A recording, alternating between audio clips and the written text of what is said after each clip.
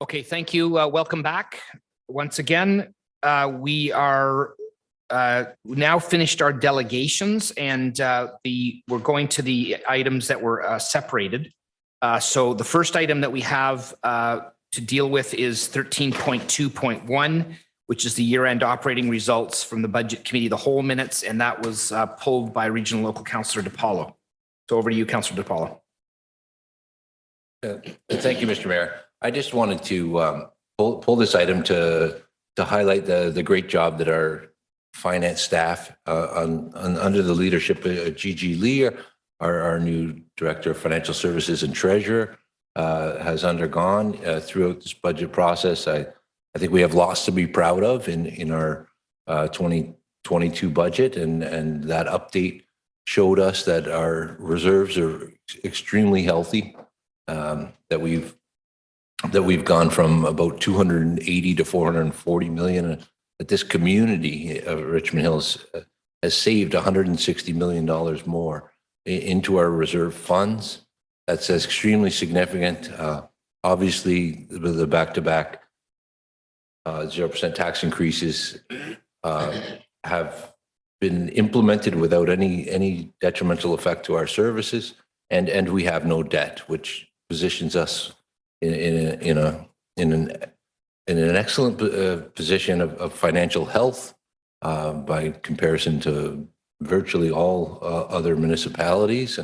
And I thought, Mr. Mayor, that should be noted, and I move the staff recommendations in item 13.2.1.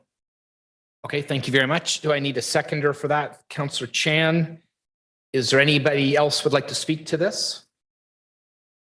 Okay, seeing none, all those in favor? Okay, that carries unanimously. Thank you. Okay, the next item is 13.2.6 to 2023 capital and operating budget strategy, and that was pulled by Councillor Barros. Go ahead, Councillor. Thank you very much. I just want to get to it on my page here. You'll give me a moment. Still scrolling 13.2.6. I wanted to move the report, and I wanted to add I believe it's an F. I don't have. Yes, it is an F. I want to move the F, which is introduce a tax rate increase of no more than 0%. So using the exact same language from previous. Staff did a great job. We had a good surplus. I think $2.8 million in surplus, even at a 0% tax rate. So let's do it again and get it done for the residents. So F, if you have that, Mr. Clerk, is introduce a tax rate increase of no more than 0%. Consistent with the wording we've used in the past. Thank you very much. Okay, I would need a seconder for that. Councillor Pirelli, do you want to speak to that? Yes, please. I'll be brief. Thank you, Councillor Barros, for separating that and, setting the direction to staff and to be very clear. There were 10 years of bloated interest increases, twice the rate of inflation.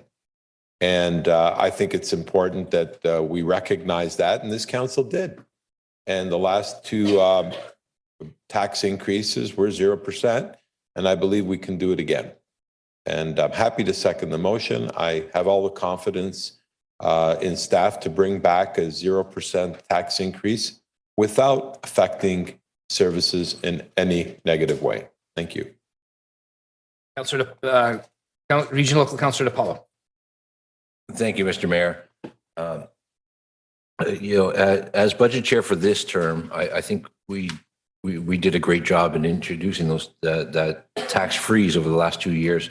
But what was really good about it is we did it in a sustainable way, and we did it through a process, and we did it over time, and we had incredible cooperation from our staff to achieve that accomplishment.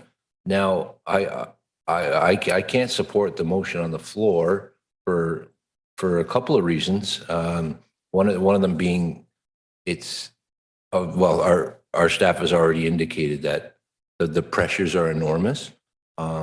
Anyone would be able to tell that we're dealing with inflation that we haven't dealt with in 30 or even 40 years. With the doubling of gas prices, we have fleets that use a lot of gas, and I believe it would be irresponsible to give that direction. Giving that direction would force reductions in service levels that those decisions are going to come back, and they're going to come forward to the next term of council. And that's the main thing. I don't think it's right for us to bind to the next term of council. This term of council has passed 4 budgets. The next budget will be adjudicated upon by the incoming council. And I don't think it would be right or fair for them to be facing choices of cutting service A, B, or C because of a direction of this term of council. I think it's beyond our mandate to do that. And Point of order. Councillor Fretley, point of order. Yeah, can I see the motion on the floor? Councillor DePaul is speaking about cutting of services. I don't believe that was part of Councillor Barros's motion. Was that part of your motion, Councillor Barros? So I don't think he's talking about that in that context. I think what he's trying to say is that a 0% tax increase with the pressures that we're likely going to be under in the next term of or the next budget are going to likely mean that there has to be cuts in services. And that's his opinion. Oh, And I see. so He's that's speaking what about he's his opinion. Okay, sorry. Of course. Of course. Well, Okay, go ahead, Councillor, Regional Local Councillor DePaulo. Well, it's not my opinion. Based on the presentation and the budget update, there is going to be a shortfall of dollars at a current service level, and as described by our staff, we wouldn't be able to implement a freeze at our current service level if things go as projected. Now, I hope that's not the case, and I hope savings are found, and I hope the incoming term of council will be as creative as we were this term, and find ways and devise ways that we could implement a 3rd year of a tax freeze, and I hope that's possible. And working with staff, I'd love to get there, but making a direction at this point in time and binding the incoming council and binding the budget process and not allowing it to play out, I think right now is irresponsible. So I'm not going to support item F. If it could be separated out, I would support the remaining 5 recommendations. Okay, thank you. Is there anybody else that would like to speak to this at this time? Okay, Councillor Chan. Thank you, the mover and seconder. I'm speaking first as a taxpayer. Who doesn't like 0%? I like that. And I would hope that the region of York will also have 0% next year, which I haven't seen it for a while. But getting back to here, I also feel that particularly we have, including this meeting, only maybe 2 meetings of this term of council. I honestly don't feel that as this quote unquote end of the term, tying the hands of the future term council. So in theory, in concept, as a taxpayer, I say, 0% is great. On the other hand, I honestly feel that we shouldn't tie the hands of the future term of council when they come in. So I would have to say at this point in time that I think the staff would continue, as the speaker before me said, have been doing a great job for the last 2 years. And I'm confident they will come back for the next term of council with minimal, if any, tax increases at all. So I'm sorry I couldn't. This is the comment I want to share. Thank you. Okay, thank you. Anybody else? I'll just make a couple of. Yes, please. Oh, okay. Sorry, Councillor Munch, was that you? Yes. Okay. Do you want to turn your video on, or So I can see you easily or not? I prefer not, thank you. Okay, go ahead. So the question I ask is on the 0% tax increase, that's great. But the cost of government in a low inflationary time is up over 60%. If you look at the cost of our operations, and for those that talk about a growing population, we actually had a declining population. Just have to Google. I don't have a relationship to Google other than I use it. But if you look at the Google of the population of Richmond Hill in 2017, and the Google the population of Richmond Hill in 2021, you'll see we actually had a decline of 3%. 3% decline, yet we have a 60% increase above inflation. Now, in fairness to everyone, relative to many other municipalities in Southern Ontario, from what we've been studying, we're not horribly in the lower bottom of the pile, but we're not nearly where we need to be competitive. So a 0% tax increase with a administration cost 60% above inflation in an inflationary period, and who knows where it's going, and what happens if we get into a recession. And with an aging infrastructure, and one thing we don't have is last week we had a relationship where we said, hey, our DCs are up because of parkland dedication, but I haven't seen, nor has any other member of council publicly, maybe privately, but certainly publicly, we don't know what the status is of our organization. We don't know the status of our growth, about reading our targets, and we also know that we have a cost problem. We have a cost problem relative to inflation. So I love the fact of a 0% tax increase because we need to drive efficiencies in our organization. We simply can't have high cost overruns and have a 0% tax increase and keep that. So again, kudos to our leadership for saying that we want to have a cost productivity in a low inflationary period.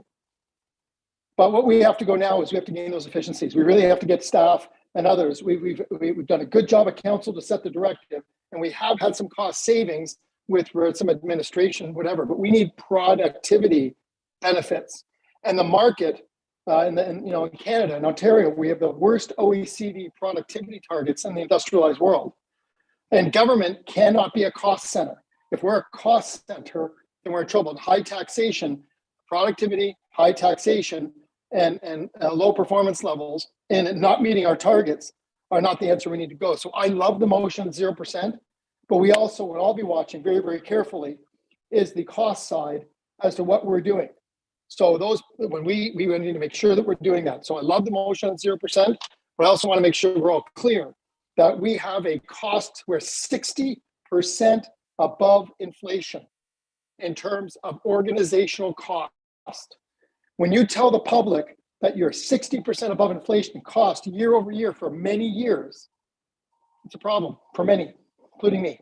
So again, I like the motion because we need to make sure that we're competitive, because we have to get our productivity numbers up. And I want everyone to understand that if we continue to be a low investment portfolio and we keep having a declining household income level, this can't continue indefinitely. We're at 155 years old in Canada, and we're going to destroy Canada, or my vision of Canada, what I brought up with, in very, very short time. And that's not right. We should be living a better quality of life for seniors, a better quality of life for the next generation, and we should try to aspire. We don't need to be leaders, but we certainly need to be competitive. And as I said earlier today, I like the idea of being competitive. I love competition, I really do. Frankly, it's what I'm doing now. But I like the idea of 0% inflation, and I hope staff are up to the job. I want to remind everybody that we moved a municipal price index. We moved a motion in council at budget on a municipal price index, and we're at 60% above inflation. We're nowhere near municipal price index. And if we have, much of our budget is labor, which is not technically inflationary relative to salt or relative to these other things, relative to our budget. So love 0%. And I'm going to say we should be moving this motion. We should be driving, and staff should be driving efficiency. And if our staff tell us that they can't do it, then maybe we should get on the bandwagon and make sure we get some focus on that. If we need to get a city manager in for a temporary nature, it's not against our city manager now, but we need to get it done. That's it for now. Okay, thank you. All right, is there anybody else? Yeah, hold on a sec, Councillor Barros. You can go a second round. I'll just wrap up. No, I haven't spoken. Oh, sorry, go ahead. I understand the sentiment in doing this. And, it's obviously an aspirational target. But I think from when we discussed this at the operating or for the budget committee, the whole the other day, it was pretty clear that, a 0% tax increase with the pressures that we're having will be very, very problematic out of the gate. And also the other, issue that came up, and I think Budget Chair DiPaolo mentioned this, is that I don't think it's wise. In fact, I'm not sure that it's even proper to for this council to be tying the hands of the next council, because this council, the next council will be the one that ultimately deliberates on the budget and passes it. But anyway, for those reasons, I'm not comfortable with the zero rate increase. But what I think we've made it pretty clear to staff, and staff has done a good job in finding efficiencies and so on and so forth over the last few years. I would like in the new term of council to see a reasonable menu of things that are available to us to either go ahead with or not, that will have a price tag and will affect the budget increase that ends up getting past whatever that ends up being.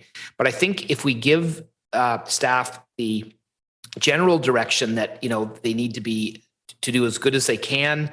They need to do as well as they can, and they need to, also incorporate any additional services that are necessary, and so on and so forth.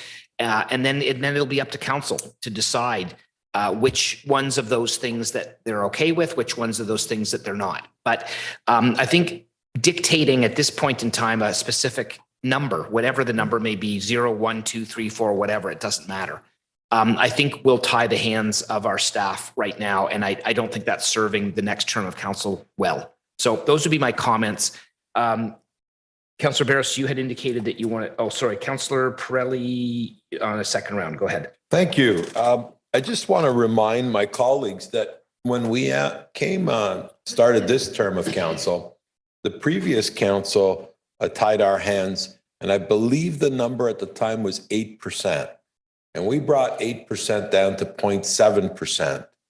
So I'd like to start them with an opportunity of hope and say, look, 0% is what we believe our staff can deliver. Let's put them to the challenge. When we put them to the challenge before, they delivered. And I believe they'll deliver again. It's about us taking the lead, giving the proper direction out of respect for our tax-paying residents. And let's be honest, folks, if we're struggling to get things done because of budgetary inflation, budgetary pressures and inflation, then our residents are struggling as well. And they can't afford any increases. So let's find the efficiencies like we did before. That is the spirit and intent of F. Find the efficiencies, find the savings, and let's do it for the taxpayers. Thank you. Councillor Barros, you want to wrap up? Yeah, I just wanted to make sure, obviously I'm not going to change anyone's mind. That's okay. I just wanted to be clear for the record that this is the 2023 capital and operating budget strategy. No one in a future term is being locked into a budget. This is just a starting point. We're sending off staff on a direction, and everyone's correct. The future council will then make a decision.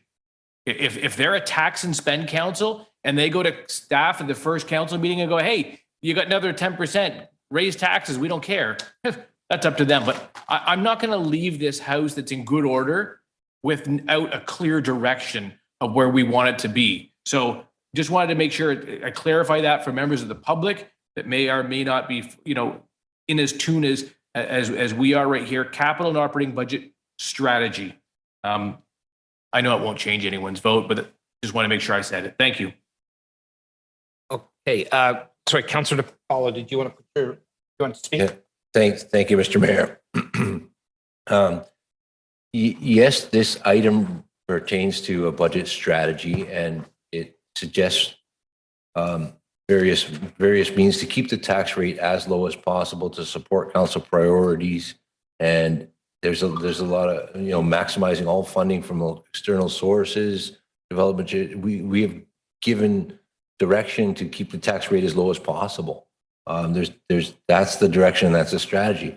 But this recommended additional item F is saying that staff present a 2023 draft operating budget that includes 0% tax rate increase. And whether you think it should be 0 or 5%, or we should be cutting taxes by any amount, it's not proper, and it's not right for that us right now to dictate the percent tax rate increase of the draft operating budget. That will be tying our staff's hands in a way that I believe will be detrimental to the excellent sustainability exercise and course that we are on. Okay, thank you. All right, so we have a motion in front of us. I think what I'm hearing, Mr. Clerk, is A through E as one vote and then F as a separate vote. That's acceptable for everybody. Does anybody want a recorded vote? Okay, Councillor Silovitz. Thank you. Through the chair, voting on clauses A, B, C, D, and E of the motion, moved by Councillor Barros, seconded by regional and local Councillor Pirelli. Councillor Silovitz. Yes. Thank you. Regional and local Councillor Pirelli. Yes, please. Thank you. Councillor Liu. Yes. Thank you. Councillor Barros. Yes. Thank you. Mayor West. Yes. Thank you. Councillor Munch. Yes. Thank you. Regional and local Councillor DePaula. Yes. Thank you. Councillor Chan. Yes. Thank you. And Councillor Shepherd. Yes. Thank you. Clauses A to E carry unanimously. Voting on clause F of the motion, Councillor Silovitz. No. Thank you. Regional local Councillor DePaula. No. Thank you. Councillor Liu. No. Thank you. Councillor Shepherd. No. Thank you. Regional local Councillor Pirelli. Yes, please. Thank you. Councillor Munch. Yes. Thank you. Councillor Barros. Yes. Thank you. Councillor Chan. Not at this time. Thank you. Mayor West. No. Thank you. Clause F fails to carry, and so only clauses A to E of the motion are carried. Okay, thank you. The next item on the agenda is 13.2.7, monitoring of Lake Wilcox pay parking, and that was requested by Councillor Barros. Thank you very much. I'm happy to move the staff report. The increased fees have already passed through the consent agenda, so I'm not changing anything there. I just wanted to be on the record to reassure the residents that if this measure doesn't see us having changes, I am more than prepared in September to come back and recommend that we have dedicated parking available for Richmond Hill residents with a parking pass. That's a motion that I'll move come September if staff reports back that the additional fees did not create more parking spaces for Richmond Hill residents. Thank you. Okay, thank you. So the staff recommendations are what's on the floor specifically, but thank you for that update. And Councillor Pirelli, you had your hand up. You want to second that? Thank you. Happy to second the motion that Councillor Barros made. I agree with him. We have to do something. We tried to raise the fees a little bit higher. That was turned down by this council, so this leaves us no choice. This is what we need to do for the residents of Richmond Hill. Thank you. Any other comments? Okay, seeing none, all those in favor? That appears to carry unanimously. If that squeak from Councillor Munch was a yes, are you yes, Councillor Munch? Yes. Okay, thank you. All right, the next item on the agenda is 13.3, 2021-2022 season winter maintenance review. And this was pulled by Councillor Barros. Thank you very much. So we've got this report here in front of us, and it suggests that $1.5 million is what it costs to run the Windrow program. I looked at that number and I was a bit surprised. I thought that number is awfully high. It can't be. So I reached out to staff to find out what made up that number. We all got the email. Unfortunately, it wasn't done in time to get it into the agenda, but the email explained that 29 employees, 6 months' wages are looped into this. And that's, of course, why it threw the numbers so high. And it was interesting because I then got looking at our 2020 budget. And on page 42, and I'm reading the wording right out of it verbatim, the Public Works Enhancement Program began in 2020. The intent is to provide enhanced services to support higher resident expectations and to beautify Richmond Hill. The first service improvement is to clear snow windrows on most residential driveway citywide. And here's the one part. The conversion of casual labor to full-time staff supports our ability to provide a higher standard of care through a corporate commitment to staff through training, education, and engagement from our documents that we put out to the public in 2020 explaining it. In the email we got, it suggested that Windrow wouldn't have existed without, or these extra staff people wouldn't exist without the Windrow program. But in fact, it was a conversion. We had part-time people that in the end, we weren't really being fair to them. They would be working part-time here, part-time there. We put it all together with the recommendations of the then director and through the commissioner up through the city manager to give these people full-time employment. A good job that they could look after their families. And they had certainty. They knew now they could work full-time. It's not the first time we've had these kind of conversions, but I digress. I'm trying to find out what is the true cost of the Windrow program. So through the chair to the commissioner, you indicated the Windrow program accounted for 29 full-time salary staff members. My guess is the Windrow program accounted for a total of somewhere around 400 hours. I'd like to know specifically what is the cost for the Windrow clearing program? Through you, Mr. Chair. So I have done that calculation in response to your recent email. And so just before I give you the number, I just want to qualify it with a couple things. First of all, it's really difficult to specifically isolate what is directly Windrow related time for those operators from their full hour complement for the winter. So it is an estimate. And also I'd just like to say that the 2021-2022 season, it's based specifically on that season, right? Which had a low frequency of winter events. So, and that the operator time is dictated, it's very closely related to the frequency of events, right? So we estimated that 10 to 20% of their time was dedicated directly to the Windrow, and that works out to $8 to $11 per driveway. $8 to $11 per driveway? And what would the global number be? The total season would be 362,000 to 492,000, somewhere in there. Much more in the range where I thought it would be. Thank you very much. I just wanted to get that on the public record because I know I'm going to be getting phone calls and emails from residents saying, really? It cost $1.5 million to do the Windrow program? And then I'd have to explain to them, well, they didn't do just that. They did other things. And it was just much easier to get it out here in the public. So 362,000 to 492,000 for the Windrow program citywide. That's fantastic. Thank you very much. I'd be happy to move receipt of the report, and I would like to have those new numbers put in the the motion somehow. That a verbal update to acknowledge, now I'm doing it on the fly. To receive the report and acknowledge the verbal update of just Mr.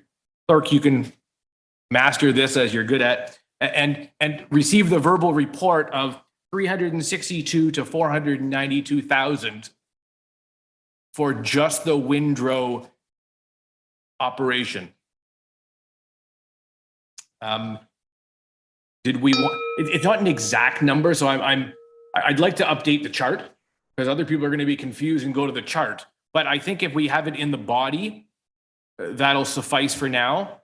I leave it in the hands of the commissioner. If we want to go back to the report, I receive it, but I just don't think it's not wrong. I just don't think it conveys the message in the way that I was hoping to. So I don't want to say that it was wrong.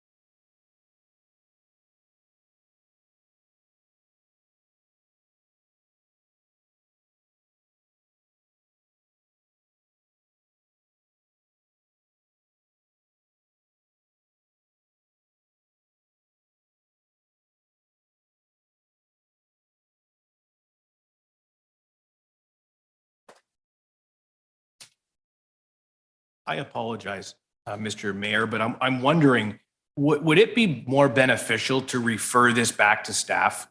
I'm looking to the city manager. Instead of trying to have a report that we receive with verbal update in the motion, would it be better just to given the verbal update, refer to staff to? Through you, Mr. Mayor, I think the clerk is actually crafting a motion that will give you what you're looking for. So if you want to wait I'll to wait see for that. the motion. Good advice. Thank you.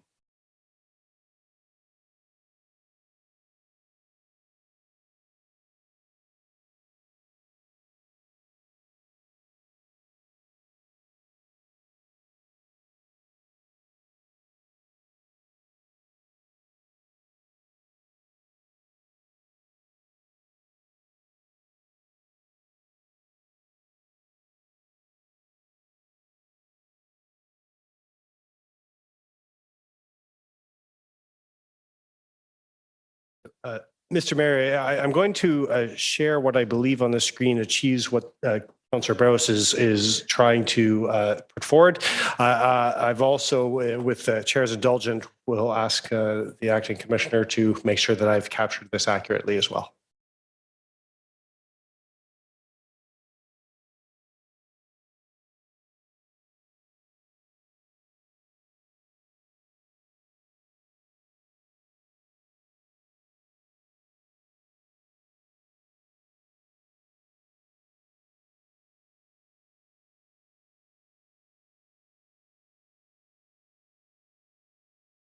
Yeah, I think the part that says which exclude the other service enhancements might get, I'm okay with it. We could also say be received and that the chart on page 4 of the report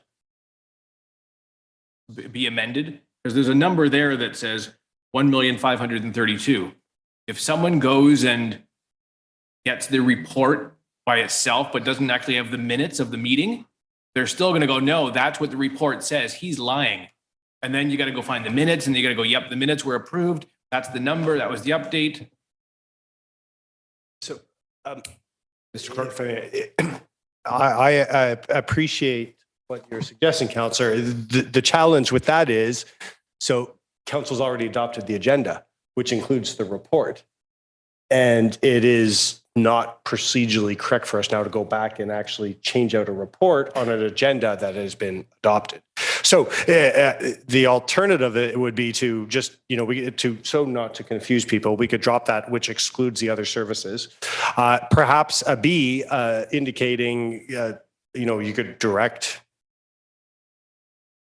if I might, and I hate to propose this without consulting with the acting commissioner, but just direct her to place a memorandum with an updated chart on the next council meeting agenda for information purposes.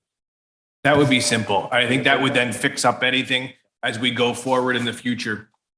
And the report maybe in the future would show windrow and show other enhancements in two separate line items. So. Yeah, so in that motion, sir, did you have you had two sets of numbers, the both ranges, the global range and the per driveway range of $8 to $10?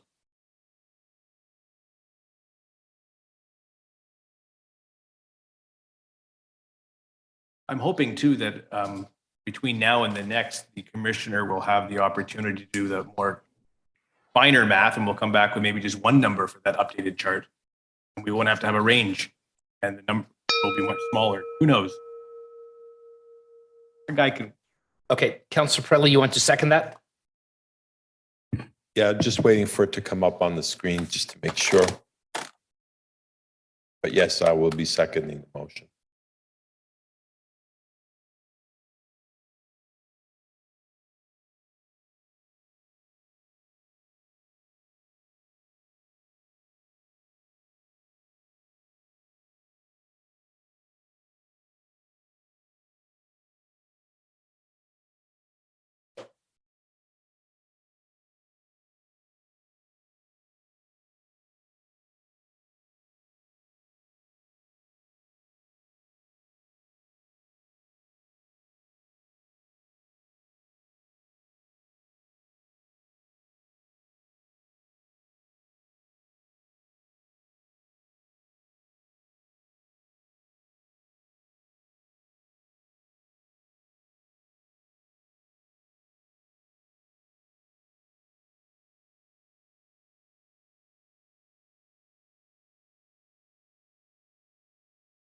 Through the chair, I believe I've captured, I think I might have missed a couple words in there. I just would ask the councillor to confirm, please.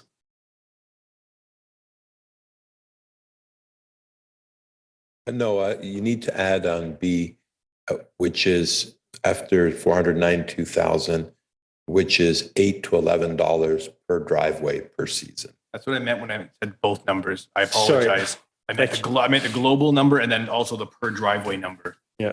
Not just the two ranges.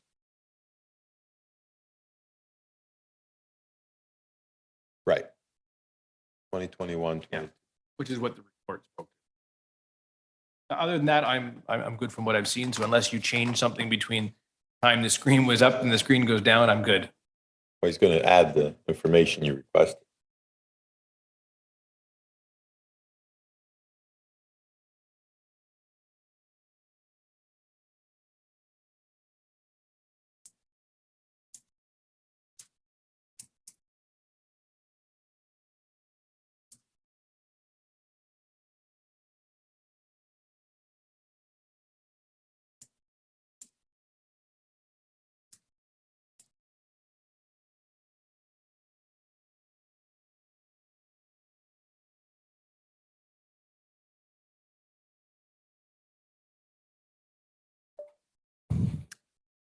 Councillor, I believe I've captured.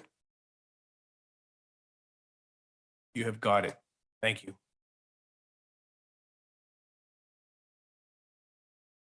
Thank you so much. Happy to second that, Mr. Chairman. Further to my point from the previous agenda item about the 0% tax increase, I want to remind my colleagues on council that when I first brought in windrow snow clearing back in the day, my first term of council, the staff report that came forward at the time had suggested that it would cost $8 million a year to implement a windrow snow clearing program. I, along with Councillor Barros, didn't believe that that was the case. And we kept pushing over the last 10 years to implement this. It was implemented by the great work of Grant Taylor, the former director of operations, and he got it done. And although there's been a lot of, happiness in the community with this windrow program, some people have been out there saying it costs $4 million a year. And that was proven not to be true today. So I hope that some people in the community would stop spreading those bad rumors. You can see that it's under $500,000 a year. This is an amazing program. Let me break it down even further. There were 4 winter events, I believe. Is that correct, Acting Commissioner, in the 2021 season? Yes, that's correct. And when we say event, sometimes those events are long ones and they need to go out twice to do the windrow snow clearing.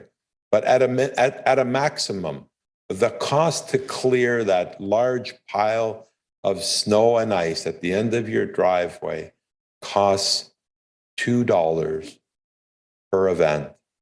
$2. You can't buy a cup of coffee today for $2. And this was back-breaking work for a lot of our residents. I remember back when I first started to implement this program, that I spoke to a resident at their door and their father had passed away from a heart attack from cleaning a windrow. That's how strenuous it can be. I'm very proud of the fact that we brought this up, Councillor Barros and I, and that today it's fully operational. And I'm happy to see it continues to be a success. I would say one of our greatest successes during this term of council. And we brought in 0.7% and 2 back-to-back 0% tax increases while increasing the service level of improving the service level by implementing the windrow snow clearing program. Not only that, we hired extra staff who are doing the enhanced work, increasing the services. So when you tell me it can't be done, I challenge you to do it. And every time we've challenged staff to bring it forward, they have delivered. I have no reason to doubt that they'll deliver again on a 0% tax increase. And thank you, Councillor Barros, for moving this motion. Okay, anybody else on this? I just have a question. So this is these numbers, this is for the staff wages, is that right? Sorry, so then through you, Mr. Chair, the number in the report is the complete cost of the windrow program, which includes staff numbers, fuel costs, Equipment costs and all that stuff. Yes. So the 362,000 and 492,000, what is that? Is that staff costs or is that an all-in price? Through you, Mr. Chair, that's still an all-in price, and let me know, we're talking operating here, so we didn't include the capital costs. But the capital costs are still on top of this. Capital costs are still on top of this, but not in the 2021, 2022 operating season, which is what this summarizes. Okay.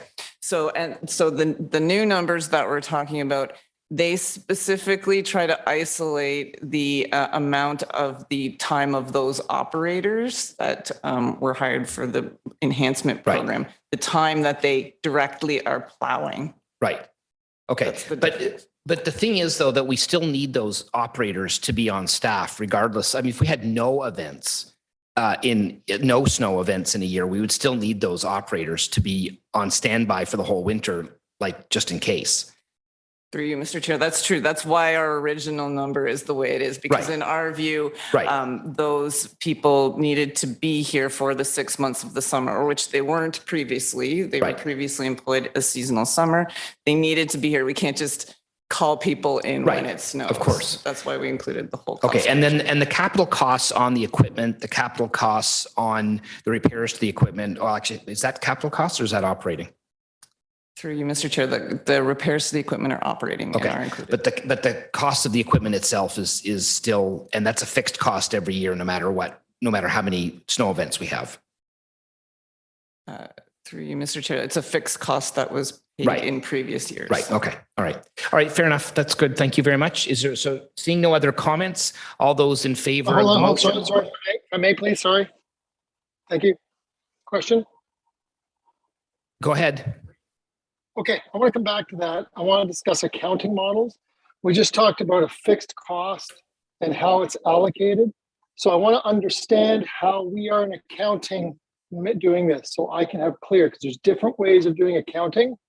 And I want to make sure how we're measuring our cost and how we're allocating personnel so that we at council know where we have capacity, where we don't have capacity. So the question was just asked by the mayor about those people are allocated there. So I want to go through that slowly if I may.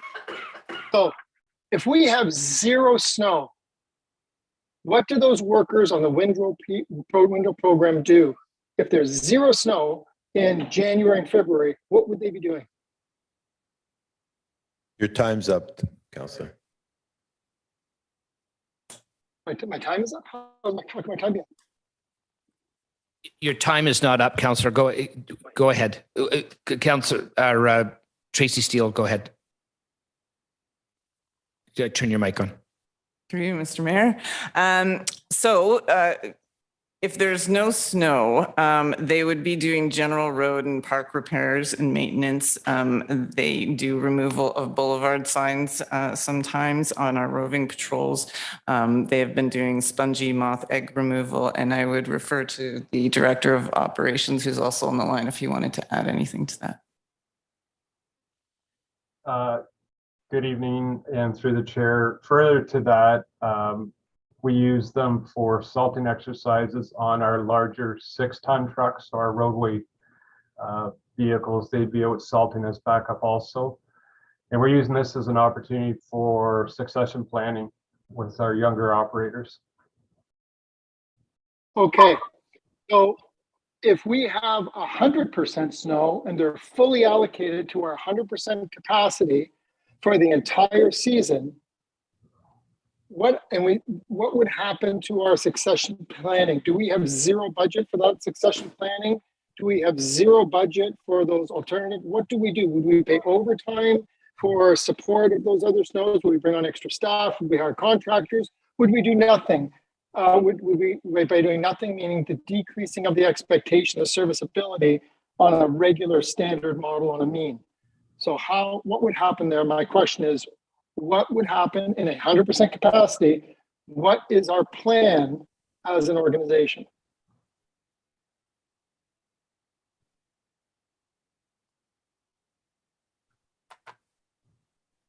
Commissioner? Through you, Mr. Chair, that's a difficult question to answer because we've never speculated, because there will always be some snow, I think, in our climate. We will always have to deal with weather conditions that there will be work for these people. So as the director pointed out, even if it doesn't snow and there's no accumulation, we still have to deal with slippery roads from ice and cold weather. So. Again, so our windrow people are doing multiple tasks then. Would that be fair to say? Yes. So if our windrow people are doing multiple tasks, are we putting a valuation on those multiple tasks, or are they all being allocated to a windrow? Point of order. Point of order, Councillor Prelli. Yes, Mr. Chairman. Councillor Munch, obviously he didn't hear everything we've been talking about up to this point. Councillor Munch, that was already explained by the commissioner that they've now apportioned just the part for windrow, which is between $362,000 and $492,000. Councillor Prelli, that's your not. question has already been answered. That's not a point So of he order. needs to stick to the point. That's not a point of order. But Councillor Munch, continue. I'm wondering, what I'm trying to get to is I'm trying to understand the definition of windrow and the definition how we're allocating, because if we're putting a windrow number together, are we lumping it all together of windrow plus plus plus? And if it is that plus plus plus, no problem. And I said, there's different ways doing accounting, different way of management, and we can debate that just as a debate, as a discussion. But the issue here is about where the expectation of language and the expectation of budget and clarity. As was said in our discussion today, there are some people giving a communication about what a definition of windrow is and the cost of it. And there are other people having a different costing, and that we don't even know what the definition of windrow is. So I'd like to know, how are we either going to create other things under that windrow of what they're doing, so that we can say the total program cost, which is also an efficiency, productivity, and service availability, or are we going to segment that, or should we require our staff to say, if they're doing other tasks, and pretty simple to do, we can do that in an accounting model, or we can do it as a management model on a spreadsheet, what have you, just to allocate, so we know how much is dedicated to this quote unquote dedicated windrow program, and how much is to other things, including productivity, efficiency, training, succession planning, support services, wherever it's going to be, to give our operations management team the opportunity to do that. And do we do that?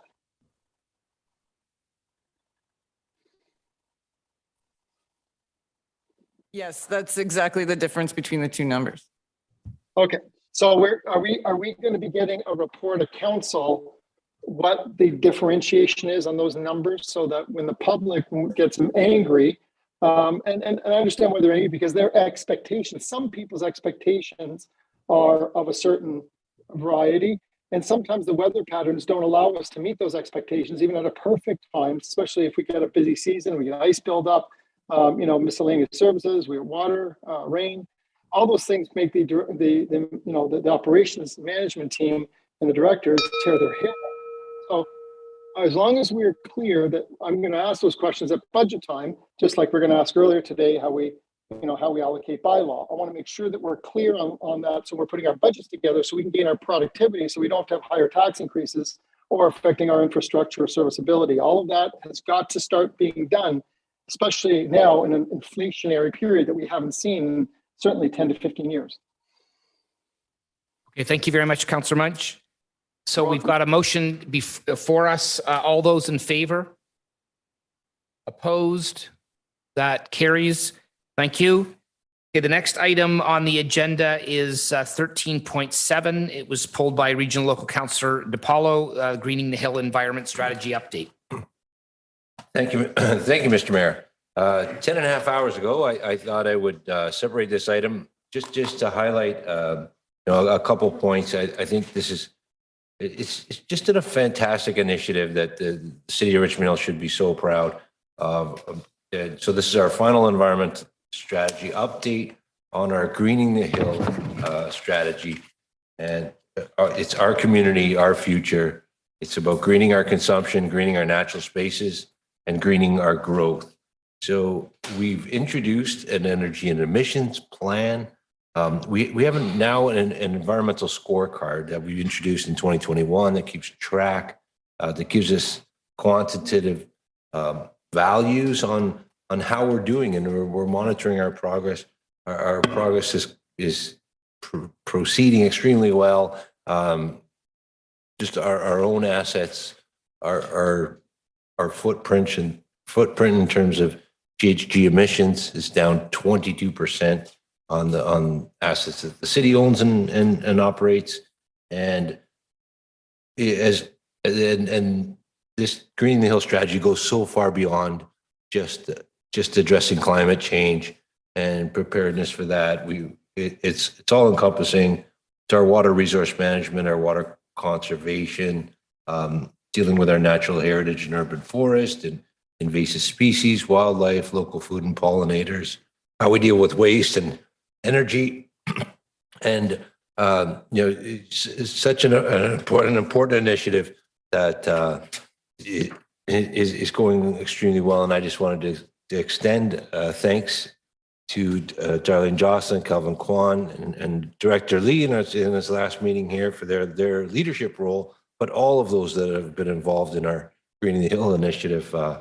Congratulations, great job. And this draft that we're adopting now is an enormous document and a great read.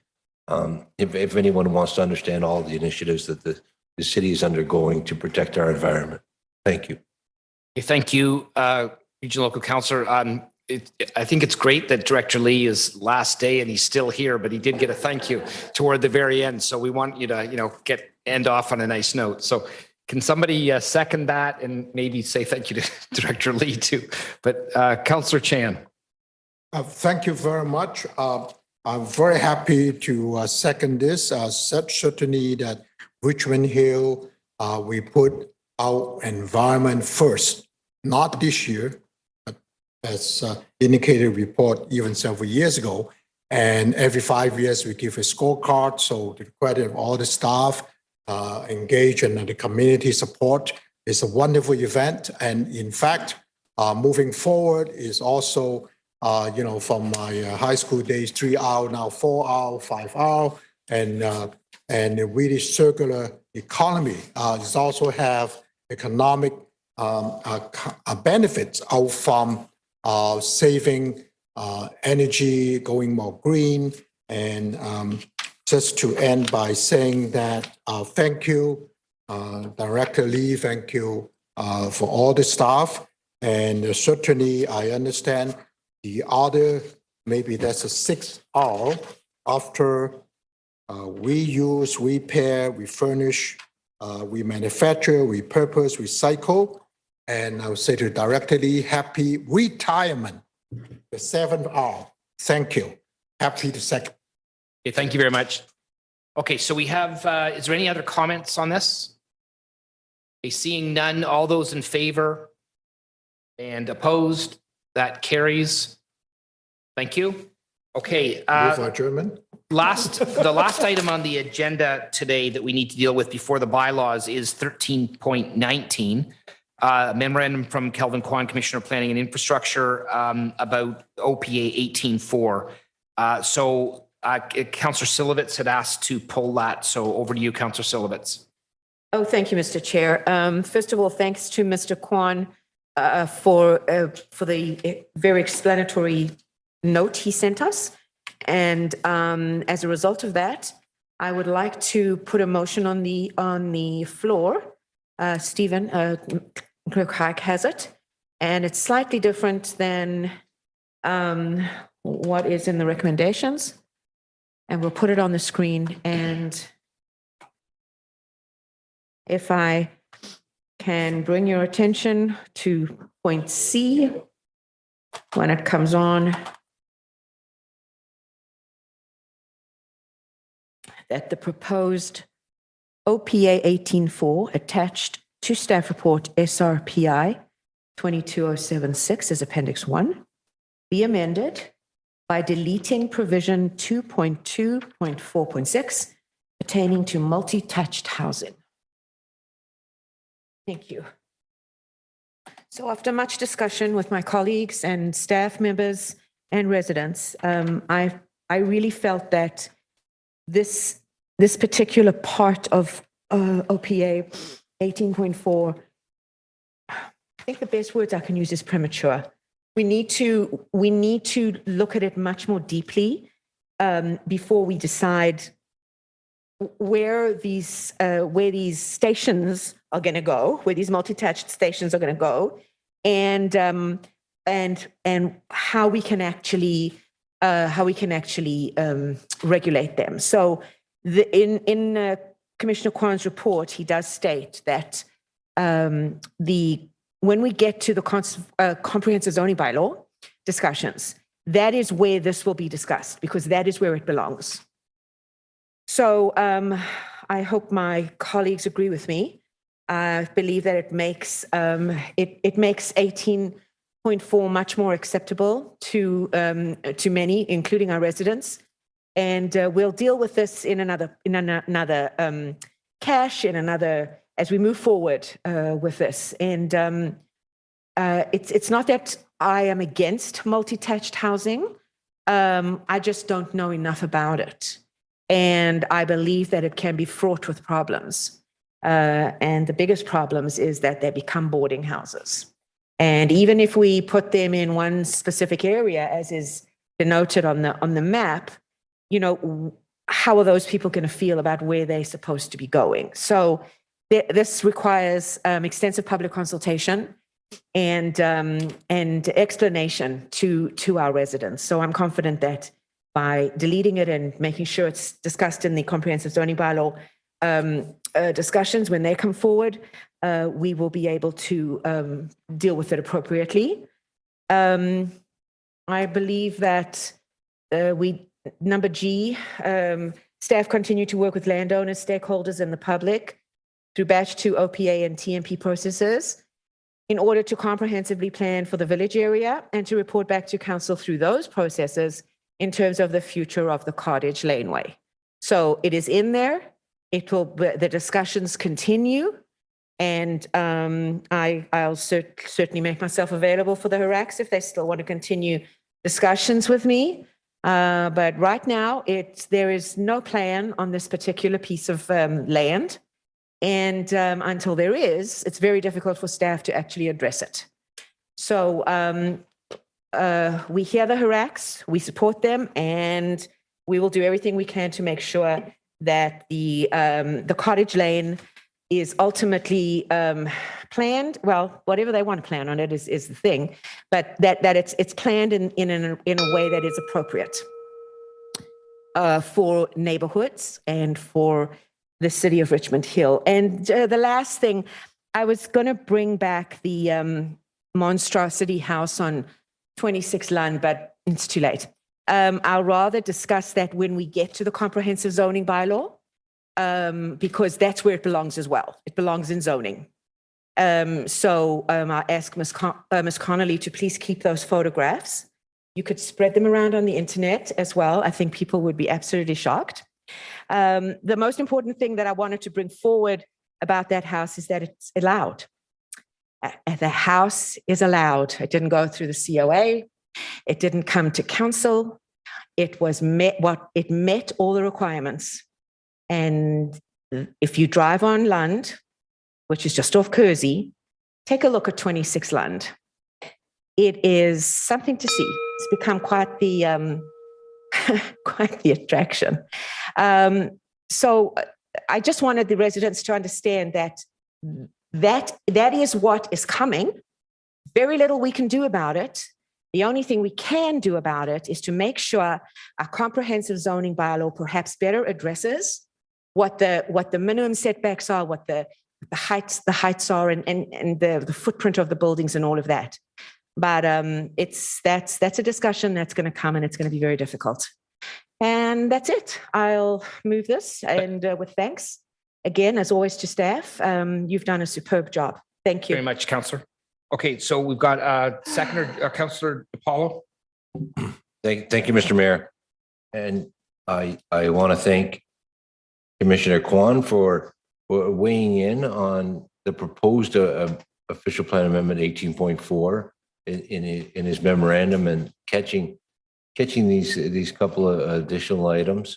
And I want to thank Councillor Silovitz. I think this is the proper way to proceed. I wholeheartedly support her approach, both with regards to the Cottage Laneway and the addition of amending the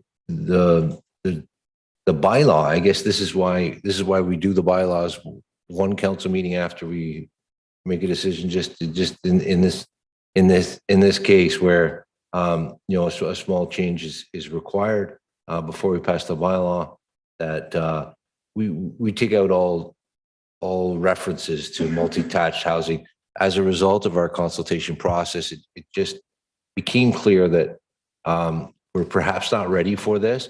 It's definitely something we're going to continue to discuss, but there needs to be a lot more dialogue about what parts of Richmond Hill, if any, could entertain this type of housing, if it'll address our affordability issues. But we're not ready to include it as a part of our OPA 18.4. But Mr. Mayor, I think it's critically important that we go forward with 18.3 and 18.4. But the official plan amendments that are general in nature, so that we can continue the process and that staff can continue their good work and their consultation through the summer months. Thank you.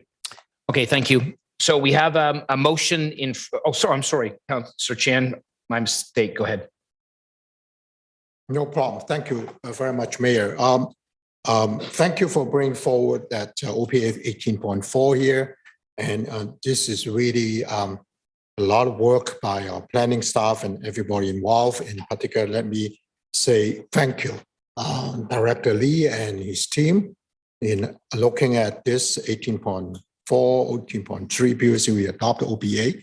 And also coming back to the foundation of this, as I understand it, is genuine nature, but nonetheless, it premise on really the planning concept. After 16 years, I catch that 15-minute complete community, which is fit into the planning direction for the future. So I'm glad that this is something we would continue to have a overall framework policy-wise to promote, live, work, and fit into all this early on talked about circular economy. So I'm happy for that.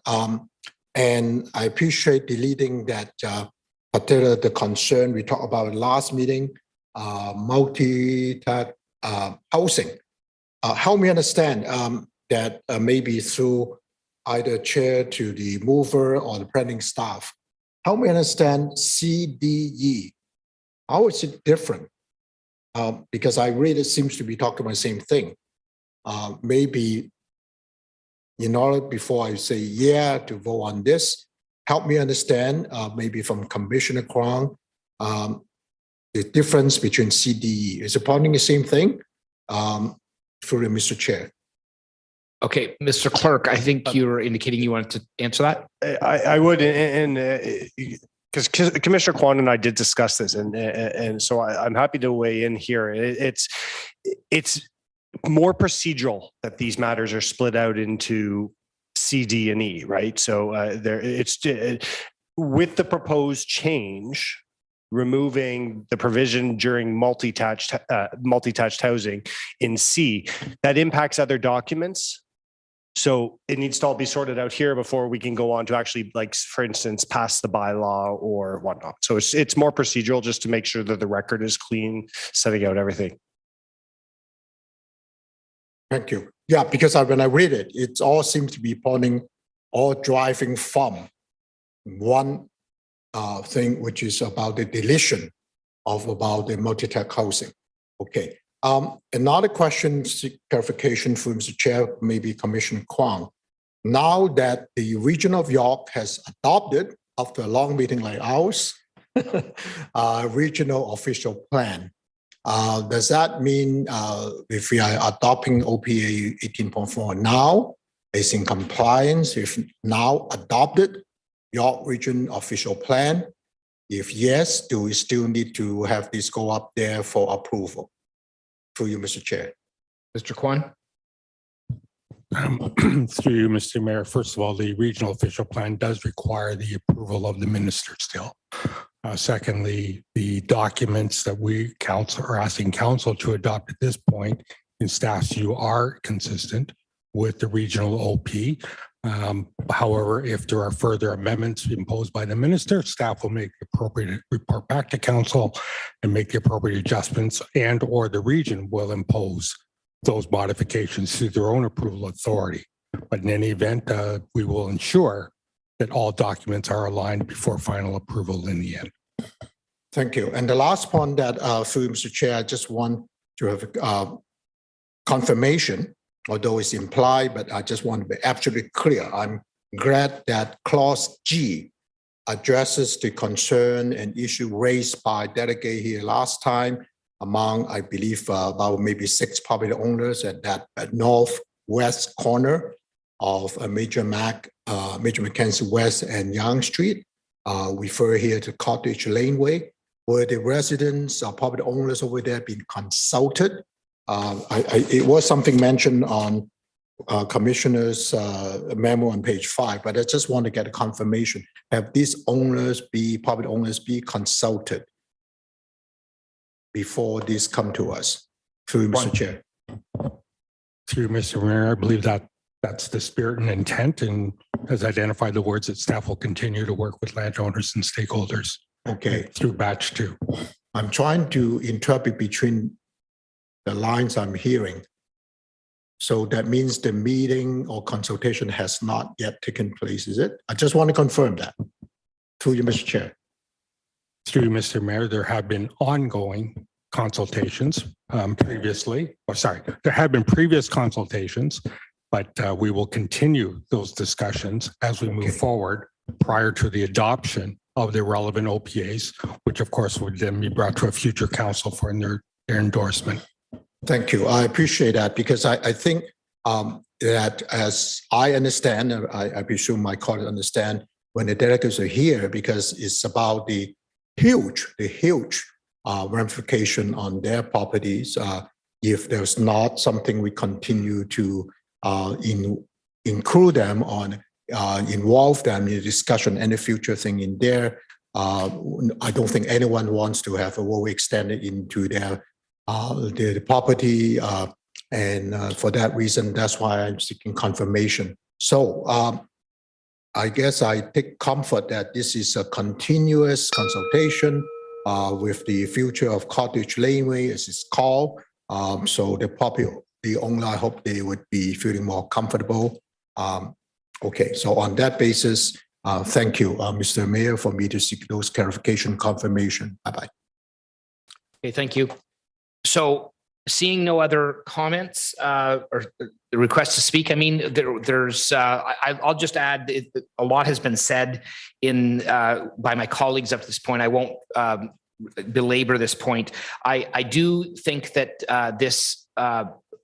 this motion in front of us does take out the multi-attached homes idea. And I'm glad we had the conversation. And I think we probably need to have more of a conversation, but I just don't think we're quite ready yet. And I'm not convinced that we know enough about it yet to be able to move forward with that in a way that works for everybody and especially in established communities. But I think we need to, move forward like this for now. I think Councillor Sullivan said that, and I agree, through the zoning bylaw process, I think we can have a further conversation about it and see where it ends up. So with that being said, all those in favor of the motion in front of us? Okay, opposed? Okay, that carries. Thank you very much.